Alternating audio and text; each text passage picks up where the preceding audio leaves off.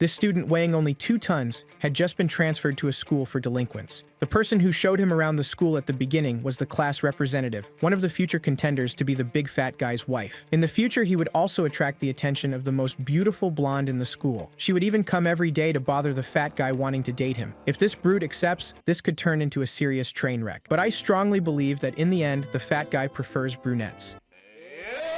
In the cafeteria, several delinquents wanted to harass the hot leader of the first-year class. They even pushed her, but our giga-fat guy saved her. Our hero doesn't wear a cape, he weighs 2 tons. This made the guys furious, so they came back again to torment him. But with just one cold look, they all shit their pants. Peace had returned to the fat guy. However, another problem had arisen. He caught the attention of a big fish. After breaking the hierarchy at the school, he would be punched in the face as punishment. At first, he thought the guy was very slow, so he dodged easily. The punch that was about to come next would break some bones. But remembering the promise he made to his mother to graduate peacefully, he stopped and was hit square in the face. He even pretended to be hurt, but it was all an act. The girl wanted him to go to the infirmary, but he hadn't even felt that punch. In the classroom, everyone seemed to mock him for being fat. He looked like Truck Kun sitting on the chair. He was that big. But all this mockery would soon come to an end. After a bully tried to strike a weakling and failed miserably, he got furious that everyone was laughing at him and decided to take his anger out on you-know-who. Little did this brat know the bad luck he would have that day. Our fat guy stood still like the wall of an impenetrable castle. The brat used all his strength to throw that slap, and just as it was about to land, the counterattack came. In a split second, he was hit so intensely that he blacked out instantly after crashing into the wall. No one in the room could believe it, not even the strongest one. And the most impressive thing is that he was sleeping. The new student's body simply reacted by reflex. Sometime later, during the lesson, all students sat still without uttering a single word, except for the boy who got knocked out. Everyone had chosen to remain calm. After observing this situation, the intrigued professor startled all the students by asking them about the reason for their unusual silence. The man who calmly wanted some clarification was met with horrified screams, affirming that everything was fine. The old man was shocked by the high schoolers' odd actions. All knew very well that they should never let themselves get discovered. The teacher, as well as the class president, was intrigued by this odd behavior. Meanwhile, one of the junior leaders was plunged into his thoughts. As a few minutes earlier, all were left, by what had happened. All began to wonder about the transfer student who defeated Hydra with a single punch. With that being said, one of the students quickly got up from his seat and rushed to share the news with the rest of the school, when suddenly someone addressed the entire class that his words were especially meant for the newest deliverer. Bullfist threatened to bully and harass anyone who shared this incident with others until the time of graduation. The boy then pointed out how everyone here would surely despise spending time with him. The gossiping girls who found him odd agreed with this fact, leaving him speechless. And so he demanded his guys to get rid of this mess, making them drag their knocked-out friend to his seat. Bullfist then began to wonder about his own weakness, leaving the others intrigued. Sometime later, after the class, he and his friends had gathered in a lone place. When asked about his condition, Huang and Sin affirmed, with a mouth barely able to speak, that he had assumed he had met his demise. When asked for the reason behind them gathering in secret, the leader affirmed that he himself was unsure, claiming that he wanted to personally question this particular individual. Just then he arrived, a moment to process the situation, became horrified, and started to foam from the mouth upon seeing the terrifying transfer student. Young Hu urged him to pull himself together, but the boy was too terrified to even understand simple words. Huang and Sin then rushed to hide from the one he assumed was a monster. Upon seeing this, his boss had no choice but to punch him in the face, in order to forcefully calm him down. All others were blown away by this one's stupidity. With that being said, the junior leader turned to the protagonist, and the men demanded an explanation. Nawuk then screamed from the top of his lungs, startling everyone before calmly claiming that he was here for a peaceful high school life. Before talking in a menacing tone and asking for their aid, and while the underdogs assumed that this was some kind of threat, when suddenly their leader reached out to the protagonist with the hand of friendship, all were left baffled, as the newcomer got along with their leader, accepting the handshake. Young Hu claimed that they should join efforts so that both of them could achieve this goal. The rest of the gang members were surprised by how peacefully this matter ended, so Bullfist affirmed that it was the right thing to do as his new friend was a kind person. One of them tried to argue that he still messed with them, only for the leader to state that they caused the problem first, which is why they urged them to forgive and get along, and so one after the other. The friend group introduced themselves to the protagonist and made peace with him, with the exception of the unconscious one.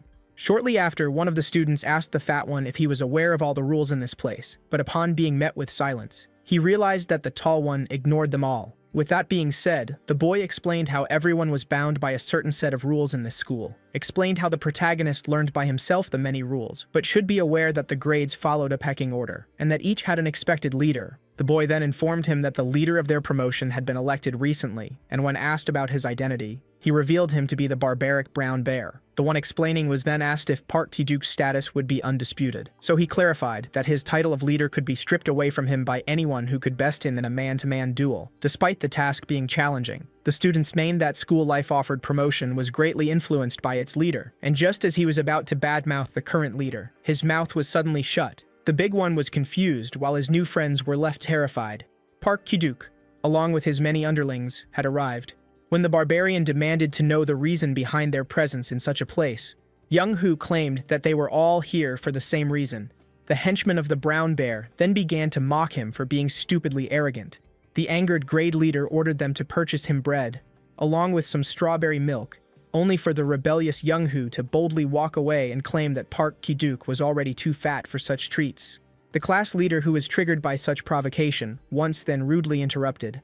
Once he demanded to know who was showing arrogance, he was interrupted once again by someone asking him to be respectful and urging him and his gang to stop harassing others.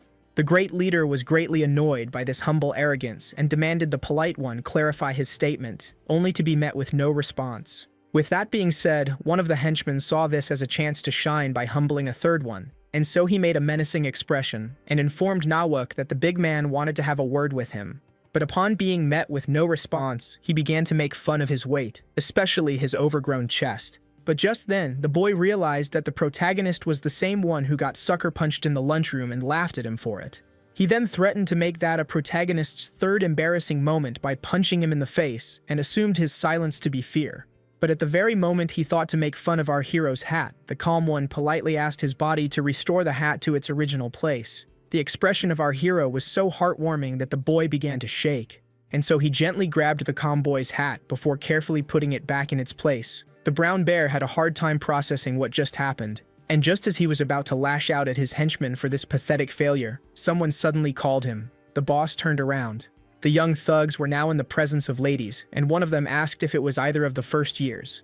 The barbarian tried to appear as polite as possible, as this was none other than the honored student of their promotion, Kim So-young. This one had stunning beauty, then noticed our protagonist, and was left disgusted by his fat appearance. The honorary student wanted the brown bear to come with her, as Susie wanted to have a word with him. The big one grew even more excited, as this was none other than Park Susie from the second years. With that being said, he happily rushed to meet with the pretty girl. His sudden leave intrigued his goons, so he stopped for a second and addressed them. Upon being commanded to take care of the rebellious ones, the weird mood of the goons was suddenly twisted to a more violent atmosphere. The one who originally went to bully the protagonist urged them to stop, doing the giant pressure that he suddenly defended. Upon seeing that his voice would be unheard, he decided to make a run for it before the worst could happen. And so in the blink of an eye, our hero and his friends found themselves surrounded, as when the leader expressed his command, his word would be absolute. And in case one ignores this word, he should just flee and change schools or risk being punished by the same boss that he had defied his authority, meaning that when the leader gives his orders, one could never disobey. Following that logic, the one with an afro explained that as first years, they are bound to respect the words of their leader. And with that being said, began the initiation of the devalued one as he punched the first student in the gut, making him suffer in pain. The rest couldn't believe this scandal. Naseon Wook, who saw it all, was particularly livid by this injustice. The henchmen then began to make fun of the dark looks given to them by Bullfist. But just as the afro pointed out that they had their hands tied, he was suddenly interrupted by none other than the protagonist, who, despite having a hard time following the rules, affirmed that someone who harasses others was in fact an enemy. One of the students who was annoyed by those noble words flipped off the hero, claiming that the words of their leaders were law, only to be silenced by the fat one raising his voice. Nawuk affirmed that the bullies are his enemies, and with that being said, our hero decided to bring the harassers under his control. Meanwhile, somewhere else within the school, where an oppressive meeting was being held, Zombie affirmed to her superiors that the brown bear had been officially appointed as the leader of the first years. This made someone laugh hysterically. Then someone asked the blonde boy who in his opinion would win in a fight between himself and the new junior leader. Young Jun affirmed that the brown bear was still a weak junior. The mad one quickly got off his chair, leaving Zombie uncomfortable as he asked him to clarify if he believes in his victory or not. The blonde one confirmed and claimed that the tall one with a red shirt was unique among his promotion. At that time, the protagonist, who claimed that the henchman was his enemy, decided to begin his subjugation, and so he jumped into the air before taking a fighting stance, followed by a second. Due to his footwork, everything had been set in place. All were left intrigued as this was step dance, a self-concealing secret technique known as hidden in the smoke that left everyone blind. One of the goons assumed he had seen a single word of the big hero, and so he immediately tried to take a swing at him. His powerful strike silently dissipated into the smoke. The confused bad guy was unable to locate the fat hero, who suddenly appeared behind him and whispered in his ear, scaring the soul out of him. At that very moment, the goon was blasted into the wall, and just as the rest of the group couldn't believe what had just happened, a second man had been taken by surprise and defeated in one blow. The Afro was unable to process the situation. All of them were now at the mercy of a kind soul who kept on hiding itself within the smoke. The student was left horrified, claiming that such a technique was considered cheating. But at that very moment, he found himself alone in an endless sea of white. But just as the smoke dissipated, the Afro, who was left stunned, had a hard time believing his own eyes. At the same time, in a safe spot, the friends of the protagonist began to scold him for his actions, which confused him, seeing how they chose to escape rather than fight back. One of them affirmed that they were doomed as their transgression of the rule would certainly call for the intervention of the seniors. The leader then affirmed that he would have engaged the plight if the protagonist hadn't done it first, and that they should take care about what to do next. All were left horrified as the seniors were surely going to look into their crime. Only then did the lead realize that someone was missing. Meanwhile, back at the Afro, the boy found himself in the presence of an overwhelming aura. Upon seeing this magnificence, the henchman immediately assumed him to be the true leader of the group. This individual was none other than a poor Hydra that had just woken up from a forced nap. When asked if this one was truly the main culprit, the student affirmed it with all his mind to Brown Bear, claiming that they had been assaulted by Huang and Sin. But the leader had his doubts. The goons affirmed to Brown Bear that the weak-looking one had truly attacked them and must be playing mind games to hide the fact that he is the real boss. Hydra apologized, claiming that he had no idea what was going on, before cracking a villainous smile and affirming his ignorance once again. The horrified goon then pointed out the evil expression the supposed leader just had on his face, making him look like a delusional man in the eyes of his boss. Parky Duke then asked him once again if he was truly behind it, only for Huang in Sin to deny it once again, wondering if he truly showed an evil smile. At that moment, someone entered the building, and just as Brown Bear was questioning the young man, this new presence affirmed to him that it was obvious that Hydra wasn't the one he was looking for. The intrigued boss turned around. His henchmen insisted that they had brought in the real me there. They were quickly silenced by their angry superior. With that being said, the henchman realized that he had mistaken an innocent student for the main culprit in a moment of panic. And so, Brown Bear finally realized that there was no way for the skinny blonde to have beaten up his henchman, meaning that Bullfist was the only suspect left. The two of them stood face to face once again. Parky Duck began to wonder what he should ask for in order to make up for this injustice. Yet upon being met with no response, he decided to bring up the seniors, claiming that Bullfist and his gang would be in trouble if they intervened, making him immediately apologize. The thugs considered this a weakness of character and began to laugh at him for it, only for their leader to urge them to have some respect, leaving them humbled and silenced. Young Hu wanted his enemy to inflict punishment upon him and leave his men alone. Ki-Duke asked about the fate of the one he had impacted, so he neither affirmed that he would give up anything for his freedom, seeing how Hydra didn't personally harm him. Brown Bear ordered him to scram off. The boy, who was terrified, received a head gesture from his leader urging him to get out. With that being said, the defeated Sin stood up and thanked his leader before finally exiting the room. The great leader then recalled the words of Bullfist and asked his men not to go all out from the start. Upon seeing how the henchmen were looking forward to this beatdown, Young Hu prepared himself for the worst. The first student ran towards Bullfist and immediately kicked him in the stomach. The young man could feel the kick before falling on his back. The boy then braced himself and kicked him in the gut once again. Brown Bear looked in disbelief as his subordinates began to stomp on his enemy. But upon seeing how well he was holding up, Brown Bear was suddenly triggered. Afro, who was having the time of his life, was suddenly grabbed by the shoulder and casually tossed away by his bloodthirsty leader.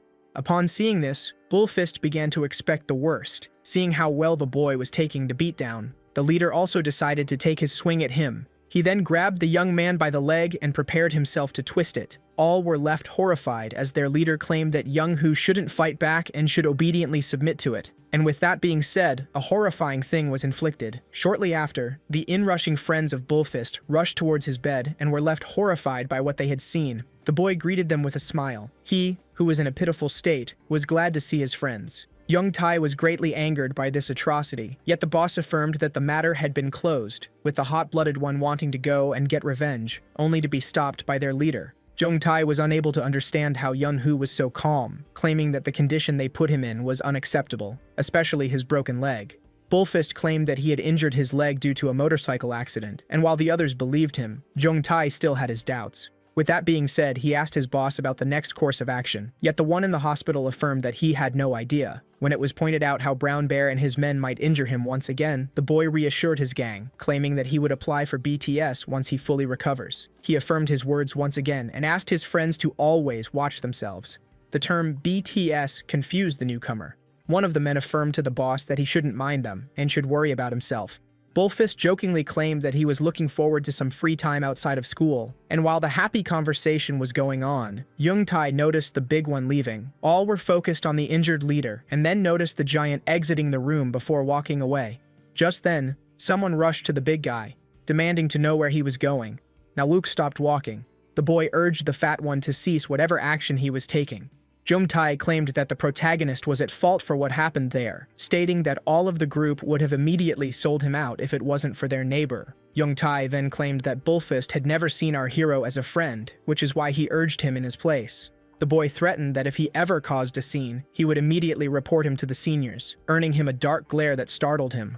Nawook apologized, claiming that he was a jerk, and that he enjoyed acting as such. The student had a hard time following, and so the protagonist demanded 3 days to plan things out, affirming that he only needed this short period. Before affirming it once again, this was followed by our hero's usual cold silence. Jung Tae had a hard time processing what just happened. Nawook reassured the boy as he finally revealed his left arm. The boy couldn't believe his eyes. What he saw was hard to fathom, as the one that showed it promised to make up for his mistakes. Our hero wanted to teach a lesson to anyone who harms his loved ones. Everyone received a notification, including the injured Bullfist. BTS battle target system had been initiated. All were left intrigued as a designated fight between first years was announced.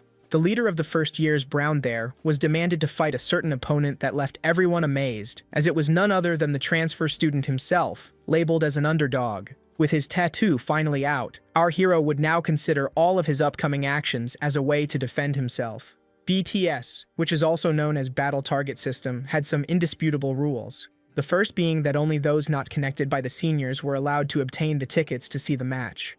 Rule number 2 forced any great leader to immediately accept the challenge if it is proposed by an underdog who is allowed to only fight each nominated leader once. The third rule implied that the fights would be conducted unarmed and in all fairness. Rule number 4 stated that if an underdog became leader, all of his peers within the same grade had no choice but to submit to him. The last rule implied that the final and ultimate judgment belonged to the king of the school. According to Young Hu, Will explained passionately, only to be stared at strangely by the others at the hospital, seeing how he was talking alone. The embarrassed boy found his face red as everyone assumed that he had suffered some sort of brain damage. His phone suddenly began to ring. Hydra asked him if he had a clear view. Bullfist began to ponder the thought of this one. Now, in the middle of the arena, Nawook was about to do the unthinkable. Just like that, the two giants were now face to face. All were left intrigued by how early the BTS matches commenced, considering the official ceremony of the first-tier leader's success hadn't been held yet. Only then did the students realize that only those selected by the third years were allowed to take part in BTS, which made them wonder about the identity of the protagonist. And despite him being a mysterious soul, they couldn't argue, seeing how it had already been approved by the king of the school. At that moment, the first years were left startled as they had finally arrived. Their seniors had made their entrance. All students stood still and adjusted their postures to greet the second years. Oh Chang Seok, the 98 boss and the strongest among the second years, annoyingly demanded to know the reason behind the chaos. Zombie pointed out that the entire school was in shambles while his friends stood silent. Susie gazed at the menacingly calm giant and was left baffled by him, as he was the kind of man she liked. Upon falling head over heels for the protagonist, the girl suddenly ran away to her classmates in treatment. Some of the students followed her while running through the room. Her beauty caught the attention of the first years.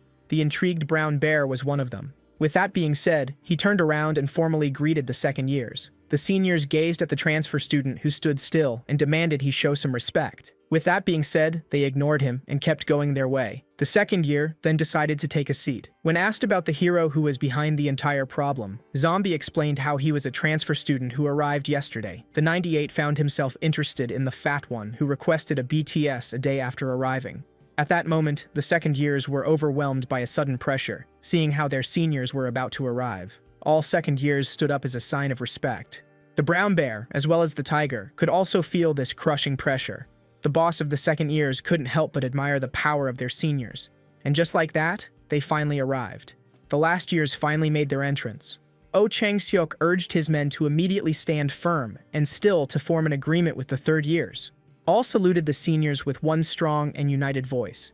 Number 4 found this greeting to be too loud, while Number 6 pointed out how long it had been since the last BTS. Number 5 seemed tired, while Number 3 remained unfazed. Kim Tae-hee pointed out how hard it was to see Chang-seok, the leader of the second years, tried his best to be humble. He leaned a little forward to see ahead and was left horrified as this one person stood among the third years.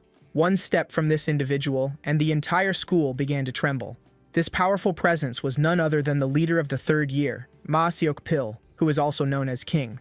With that being said, the ruler of the school finally made his entrance. All immediately regained their seats, including King. All were left intrigued by this person, as he was the one running the school. No one could avert their eyes from his stunning looks. Ma Seok-pil began to speak, claiming that he would keep it brief and that BTS hadn't been seen in a long time. He then pointed out how many were wondering about the reason someone with no name, like today's challenger, was allowed to partake in BTS. So King affirmed that it was his will with a menacing tone, leaving everyone startled. With his subjects affirming that they understood him, the king decided to begin the festivities. And so, Zombie would play the role of arbiter in the BTS first-tier match, opposing the great leader, the brown bear, who had many followers, to the transfer student, who had a few friends backing him up, including an injured group leader.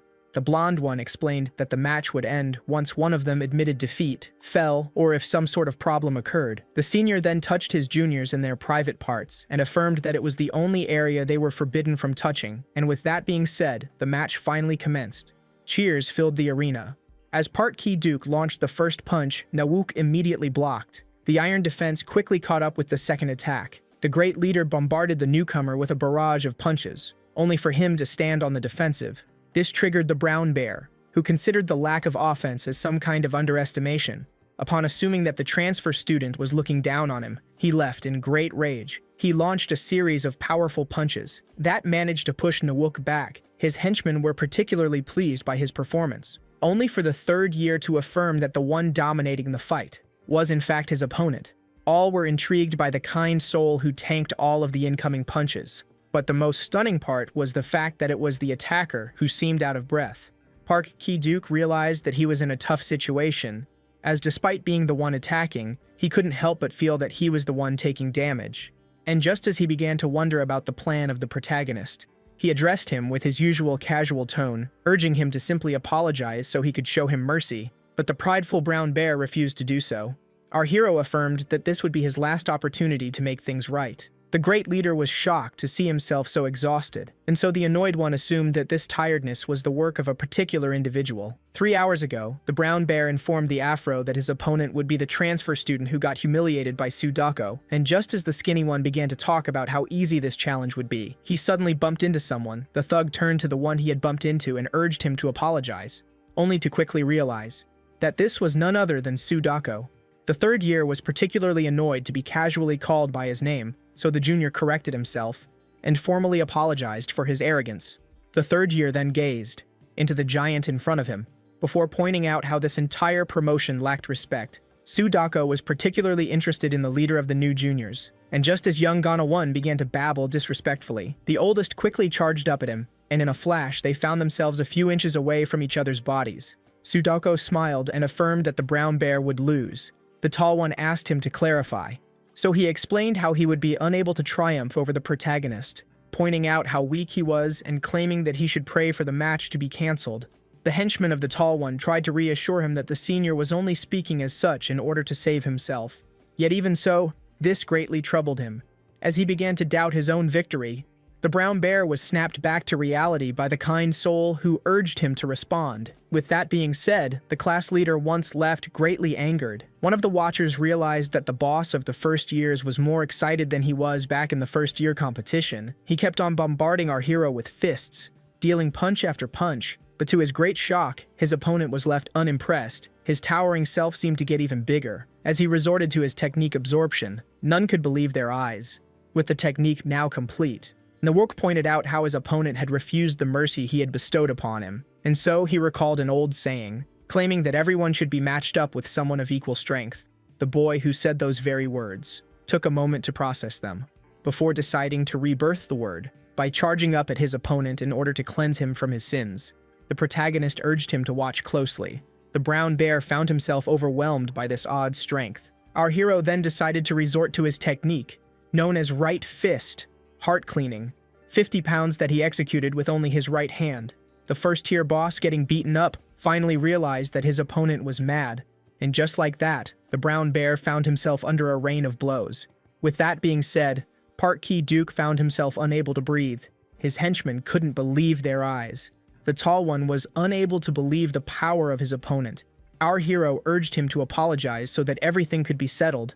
Before pulling out a pack of cigarettes from his pocket, the arbiter immediately called him out for trying to smoke, which was against the rules. Meanwhile, the brown bear was unable to accept the fact that he was about to lose as he reached into his pocket and pulled out a brass knuckle.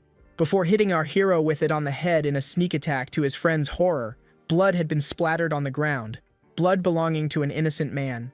Upon seeing this, none could believe their eyes, and so they screamed that the brown bear had broken the rules, seeing how he resorted to a weapon in order to knock his opponent down. The second ears were blown away by the turn of events, while Susie had a hard time believing what just happened. The ref himself was surprised, but just as he was about to disqualify the boy for using a weapon, he was interrupted by the sound of laughter. He tried to call the cheetah, only to be interrupted once again. The annoyed zombie turned around to see who this insolent one was and was left horrified, as it was none other than the king himself, who was laughing his heart out. His sinister laughter made a chill run down every student's spine. The zombie tried to stop the fight, only for Boss 97 to urge him to resume it. None of the students were convinced, seeing how one of the sacred rules had been broken. The ref tried to argue, yet there was no room for discussion, and with that being said, the king urged him to resume the fight, screaming his order to the entire school. His voice alone created a powerful shockwave that even managed to make some students lose their consciousness. The second year found himself in front of a mighty power that no one could fight. This was the true power of the school's ruler, and with that being said, he had no choice but to resume the game. Bullfist was particularly irritated by this madness, and so he tried to get up from the bed despite his injury, only for the nurse to stop him. The devastated Hydra fell to the ground, unable to fathom such madness, seeing how the protagonist was injured and already down. Susie also questioned the word of the king. Meanwhile, the brown bear, who had lost it, recalled the words of Sudako regarding him being beneath the transfer student. The king urged him to end the fight and saw the barbarian rush to end our hero. But at that very moment, someone saved the fat one by tanking the punch with his face before falling to the ground. This was none other than Young Tai, who startled his friend with his heroism. With that being said, the current leader of Grade 1 found 2 underdogs on the ground in front of him, leaving him confused. But at that moment, the overwhelming ruler of the school urged him to finish the fight. Back then, a certain man was lashing out verbally and physically at someone in anger. This was none other than the young Park Ki-duk, who despised life and was claimed to be useless by this man. A few years later, while fighting, he couldn't help but find reason in his words. The boy then landed a devastating punch that allowed him to triumph over his opponent. The young bear was somewhat thankful to this person who made him realize how durable and willful he was, having received the cheers of the nearby children. The boy who assumed himself useless finally found something he was good at. And despite every encounter ending with his opponents at his feet, Ki-duk realized that the love of others was relative to the number of victories he could achieve, meaning that he was forced to achieve victory no matter the cost, claiming that he would boost his views if he ever tasted defeat. But at that moment, he was breaking out from the world of dreams by the protagonist, who asked him to focus on the fight. The brown bear was left horrified as the protagonist claimed that there was no turning back from his actions now. Even the third years could feel a horrifying pressure, as Nawuk claimed that he would guide the boy to redemption. And with that being said, a seal had been used. The armed young man charged at him once again, only for him to easily evade with his technique, backstep. With that being said, our hero braced himself, leaving even the king shocked, and so he was finally ready to throw his punch. The overwhelming counter-truth had finally been unleashed. All of the spectators were left speechless, especially Park Duke, who found himself in front of an overwhelming force. Just like that, the final punch had been landed, and with this underdog's victory, our hero had finally been crowned as Boss 99.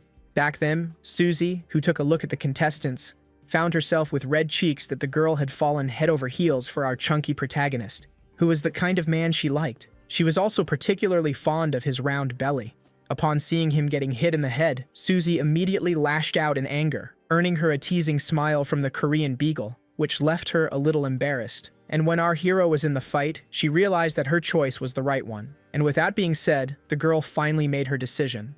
Sometime later at the school, some first years who entered their class were left utterly baffled after seeing Susie of the second years. They were particularly surprised to see her in their humble classroom. One of the students tried to take back his seat from her, only for her to threaten him in a menacing tone for daring to speak to her. The boy, who was flattered by her words, decided to allow her to keep sitting there. Upon seeing the mean beauty converse casually with the protagonist, all felt envious of his astonishing luck. Young-hoo politely asked her to exit the classroom, which left Susie today good as so much doesn't even consider the human while speaking with her. The protagonist decided to ask her the same thing, claiming that the teacher would arrive soon. Susie, who was surprised by how much of a good student her new love interest was, decided to make her leave but claimed that she needed his number first.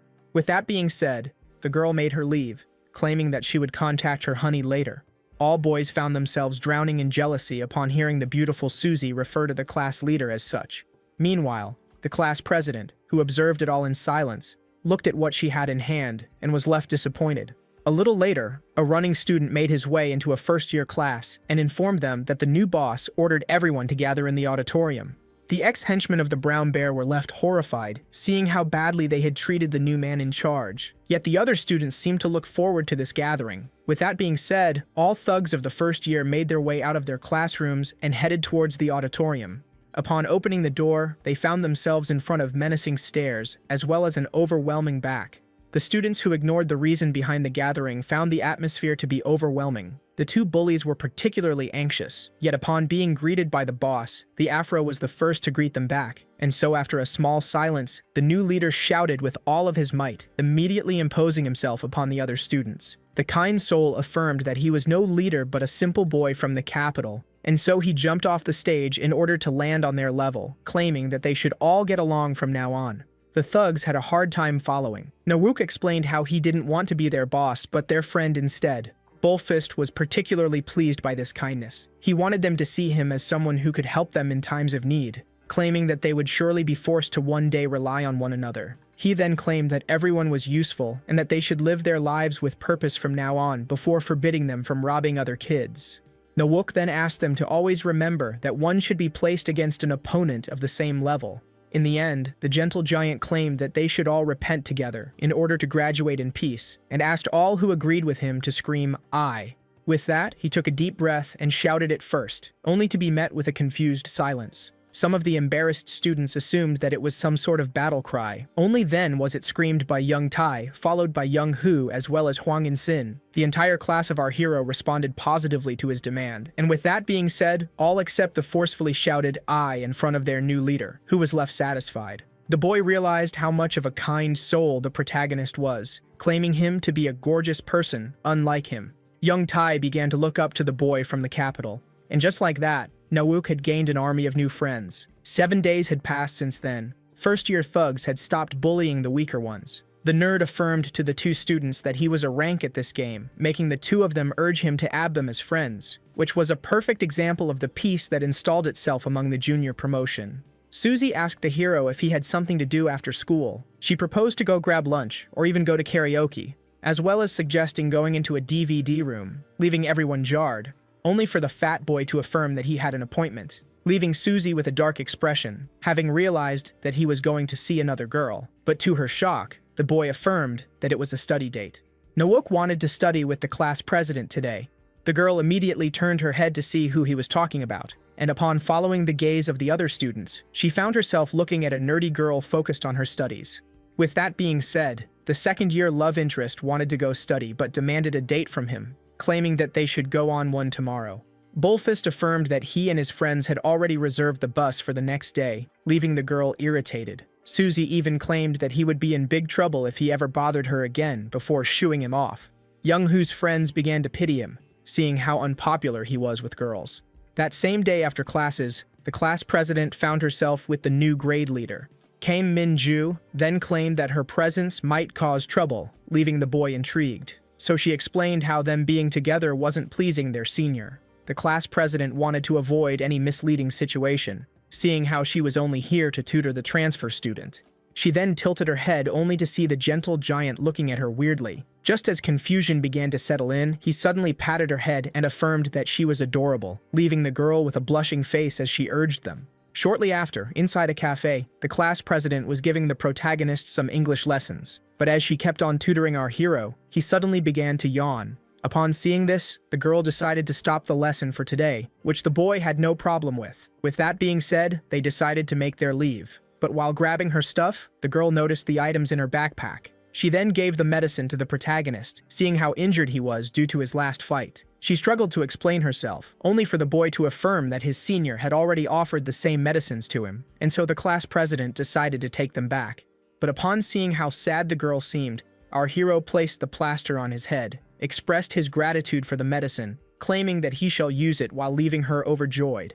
With that being said, our heroes decided not to tarry any longer, in order to catch the train. Meanwhile, the past goons of Kidok struggled to contact him. One of them asked the Afro about his opinion regarding the new boss. The third one pointed out that he was a kind person whom they could get along with, yet the boy had a hard time believing it, as he brought up the glorious era that they had under the brown bear. But at that moment, the student bumped into someone. Afro immediately apologized for his carelessness. The thug decided to make a scene, claiming that his arm was hurting a lot, leaving the boy to apologize once again before making his leave. Only then did the grown man demand the boy to come closer. Afro realized that he was in a tough situation. His friend urged him to keep it peaceful, as fighting for nothing could only bring problems. The boy had no choice but to resonate with that logic as he apologized to the man once again.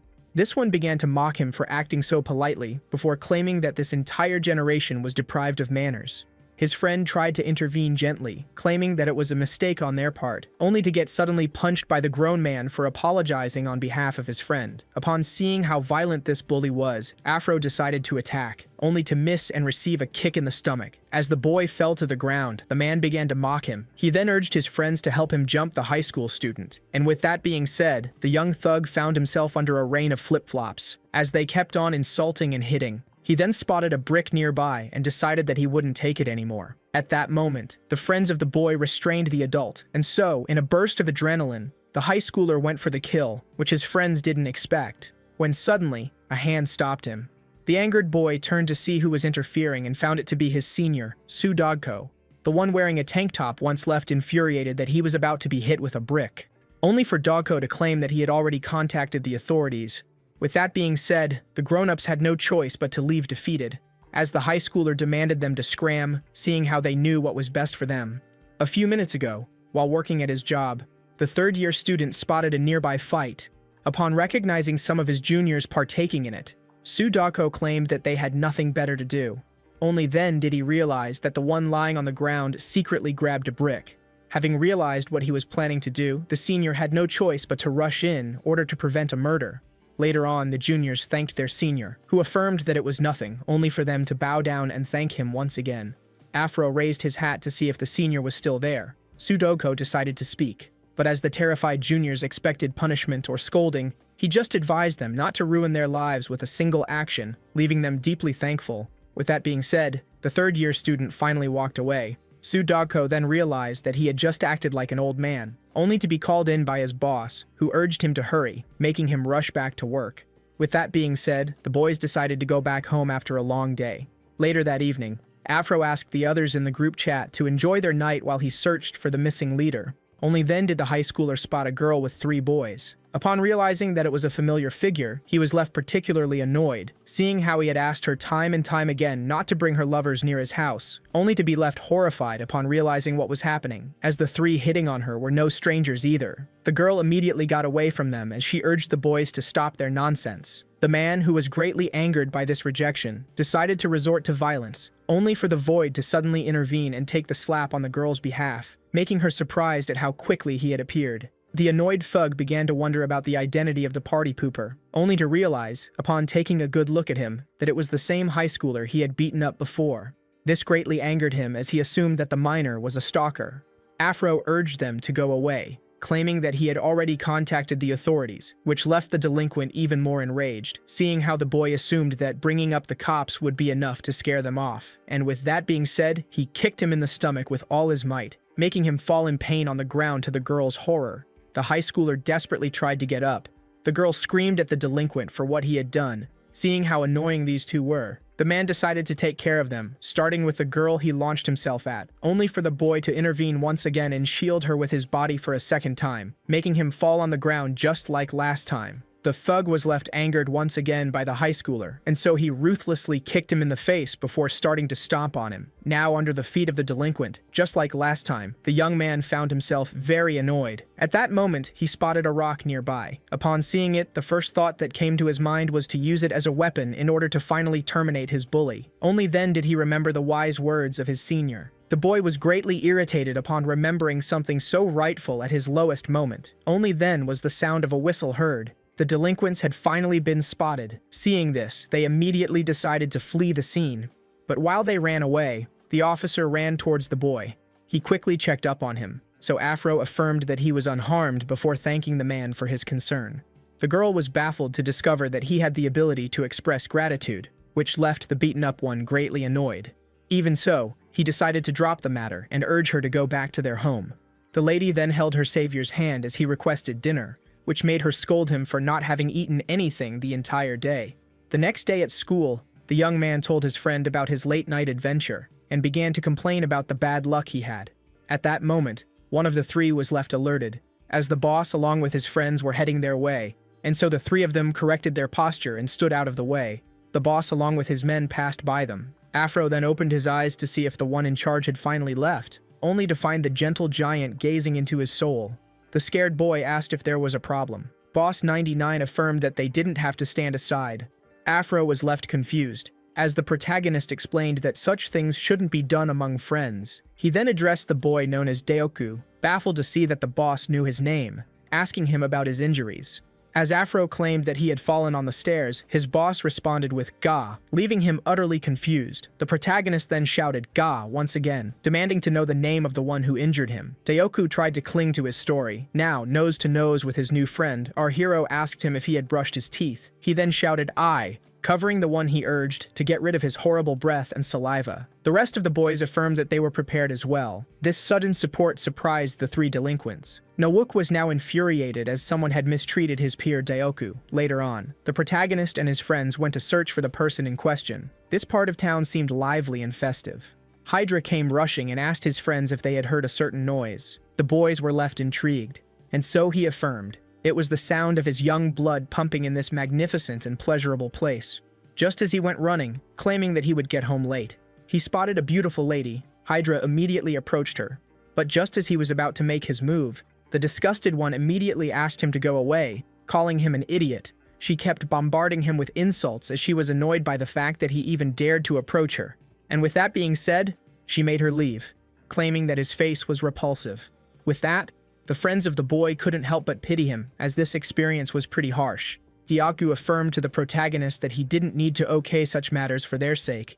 His friend agreed, claiming that they weren't sure if the aggressor would be present in this place, proposing to head back, only for the leader to claim that they should go have some fun after this. At that moment, Afro finally spotted the man they were looking for. With that being said, our hero called out to his friend and firmly urged them to move. With that being said, the high schoolers made their way to the location of the thug. The guards at the door who saw them coming asked them to go away as no minors were allowed inside.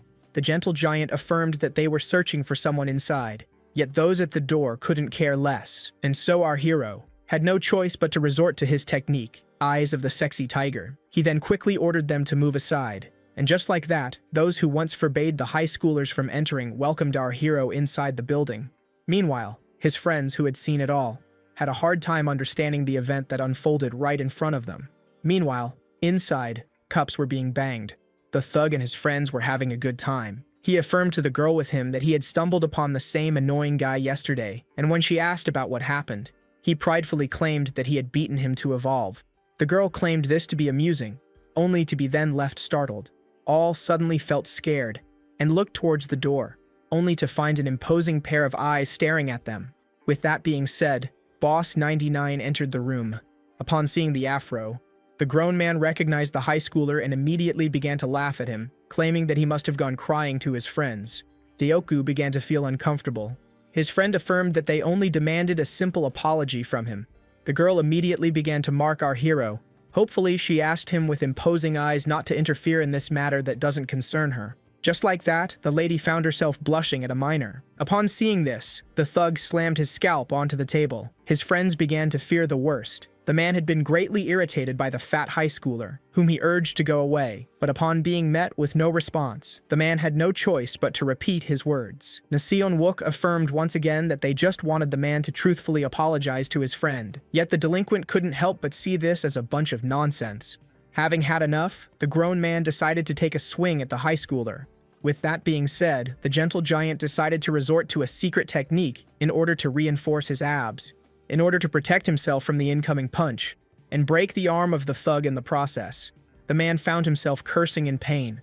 Our protagonist looked at his friend and explained to him that the thugs didn't want to give him the justice he deserved. With that being said, he affirmed that he and the rest of the game could get violent for his sake. The afro had a hard time believing it. Boss 99 explained that he considers his friend like his own family, meaning that they should always help each other out. Our hero affirmed to Dayoku that he sees him as family. With that being said, the boy pointed out how useless he was and how much of an idiot his boss is. With that being said, Afro expressed to the soul boy gratitude from the bottom of his heart as he finally acknowledged him as his true leader. And so, after a quick fist bump, Nawook asked his friend if he was aware of their next action. The boy cracked a smile and affirmed that they shall guide the thugs to redemption. With that being said, the one with a broken arm found himself in front of the protagonist using his technique, Predator. Just like that, the high schooler emitted an aura that overwhelmed the present adult males. This technique used by the minor had another effect on the grown women. The friends of the gentle giant realized that the action had already started. The thug found himself greatly annoyed. Nawook affirmed to him that he had thrown away the mercy he had shown him, and just as the thug was about to bring up his identity to intimidate the boy, this one urged him to stop acting like a child. Now in a rage blacker than ever, the man demanded to know the origins of the boy before swearing to terminate him. Our hero affirmed to him that he doesn't need to know such information, seeing how it was the grown man who had made a mistake. The thug grew even more terrified. Nawook then explained that even if one was unable to live like a saint, he should avoid causing any trouble to others. Just like that, the gentle giant kindly advised him to get a fresh start. When suddenly someone came in asking for Jinsu, the high schoolers were left intrigued as a bunch of men that resembled a gang suddenly appeared. The thug began to laugh, claiming that his attackers were now doomed. As the one smoking asked for Jinsu once again, Hydra found himself startled, as he and his friends had now been cornered by the men in suits. Just then, someone came from behind the man. This one was intrigued by the many minors in the establishment. Huang and Sin began to sweat bullets as this one approached. Even Jung Tai and Young Hu were left alerted. With that being said, he finally stopped. The giant man, who presented himself as a graduate from Gukyang from the 94 promotion, demanded the high schoolers to present themselves. The boys realized that they were now in a tough situation, as this one was someone from an old promotion who had graduated from their high school, and just as they began to argue whether begging could save their lives or not, the man pointed out their silence and was immediately angered by it. Jung Tai tried to claim that they were only walking by, yet the man had a hard time believing him, seeing how he was inside a building forbidden to minors. With the negotiation being a total failure, the one in charge gave his orders, asking his men to wrap up the intruders. The grown-ups began to look forward to the chance of beating little boys, who realized that they were in a tough situation. Bullfist realized that any wrong movement could pull them into deeper trouble, which is why he asked the protagonist for a plan. The boss emerged from the door, took a short moment to analyze the situation. Afro affirmed to him that they would follow him regardless of his decision. His two friends affirmed that they were all prepared. Hydra was particularly fired up. Jung Tai, who agreed with them, asked the leader to give his command. All looked forward to the decision of their friend, who cracked a gentle smile. Now Wook explained that conversation was currently useless, which is why they should resort to violence first before asking his men to not cause any damage out of proportion. And as the leader shouted, "Aye!" All of the pack responded to his war cry with powerful voices. Just like that, the high schoolers were able to intimidate grown men.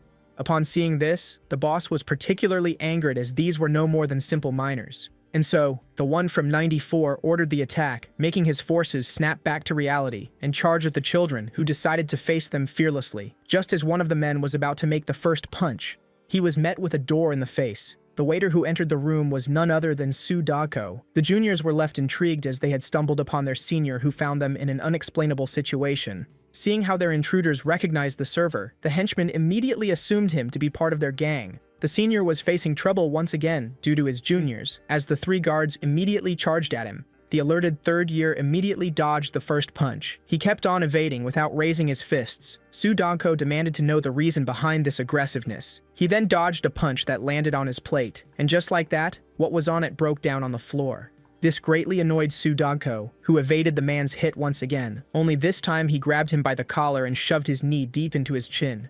With that, the first of the three had been rendered down, while the second man tried to take him from behind, only for the high schooler to duck and leave his opponent no room to react before finally uppercutting.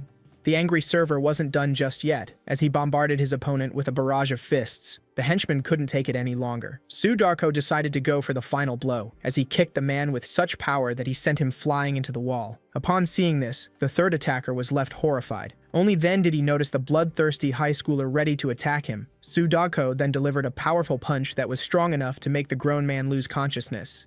It was at this moment that he realized that he would be unable to keep his job. So all students were doing their best in order to overwhelm their adult adversaries, all except for one. Hydra found himself defeated on the ground. The aggressor took great pleasure in stomping him, while suddenly met with a flying fist that knocked him down on his back. Young Tai immediately went to check up on his friend, only for Insen to claim that he was fine and that he saw something on the ground. The boy was then quickly left alerted as his friend who tried to help him was about to be the object of a sneak attack. Suddenly someone rammed the attacker and sent him to his comrade's feet. This was none other than Deoku, who asked his friend to not get distracted. Jomtai found himself greatly pleased by this, as he then expressed his gratitude towards his savior. The one that the boy knocked down quickly got up and affirmed to the high schoolers that they shall pay for what they have done.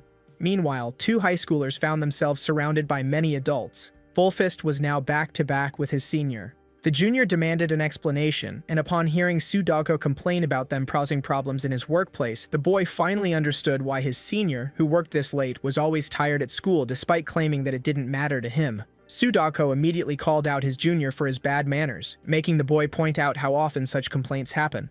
With that being said, the senior affirmed that everyone in Promotion 99 was the same to him as he punched one of his many opponents. And while everyone was caught up in the fight, the protagonist felt something drawing near. Someone then praised them for their performance, claiming that they were just normal high schoolers. The man in charge was left excited, claiming that it had been long since he had the chance to humble someone. With that being said, the two bosses were now face to face. Young Tai, along with Young Hu, as well as the rest of the high schoolers, tilted their eyes towards the two giants who gave each other dark stares. The adult decided to make the first move, and in the blink of an eye, the junior found a fist under his cap, a fist that he easily evaded.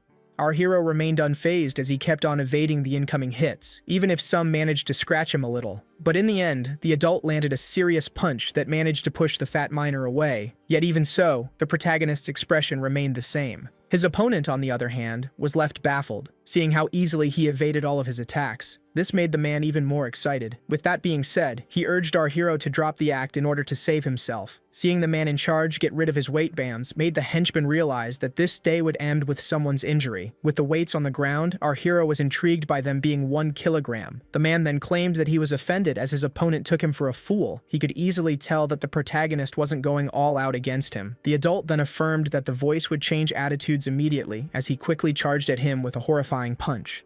With that being said, Boss 99 had been catapulted into the wall, leaving his friend anxious for his safety. Our hero was now lying on the ground, but his opponent, who knew very well that he had missed, urged him to drop the act. The man was entertained by the great battle instincts of the boy. Manhwa quickly got up and adjusted his cap.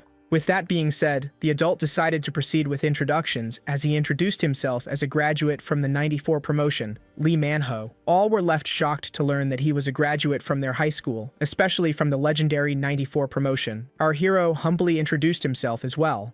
Lee Manhwa, who was intrigued by the fact that he wasn't familiar with the name of someone as powerful as the Calm Giant, immediately realized that he wasn't from their province. This excited the man even more as he urged his opponent to come closer. Seon-wook claimed that he assessed the level of his opponent based on his attacks and, having decided to take the fight seriously, he quickly closed the distance between them and asked the one who was left alerted if he was doing things the proper way. Lee Man-ho was shocked to see a skill that forced him to train relentlessly while wearing weights to master the technique that the hero used, making them believe they were on par with each other, only to quickly realize that the protagonist surpassed him in the domain of speed. And with that being said, the adult man had been punched into the wall by a minor. To his men's horror, the impact was so powerful that it managed to damage the brick wall. Despite realizing that it was too late, the grown man couldn't help but smile. He was intrigued by the protagonist who only delivered one punch, making him assume that he was being mistaken for a frail old man.